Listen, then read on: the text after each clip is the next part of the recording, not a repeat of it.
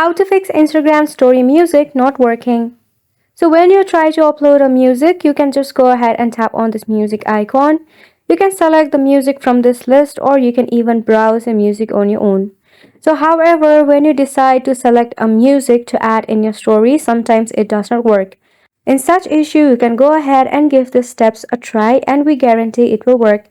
So first and foremost, head back from your Instagram story and press and hold your Instagram application. Head to app info. Force stop your Instagram application. Then head to storage and cache. Here tap on clear cache. Now once you do that, check for your Wi-Fi connection. Then turn on airplane mode for about 3 seconds. Then turn it back off and switch to your Wi-Fi or mobile data. You can do this by restarting your router as well.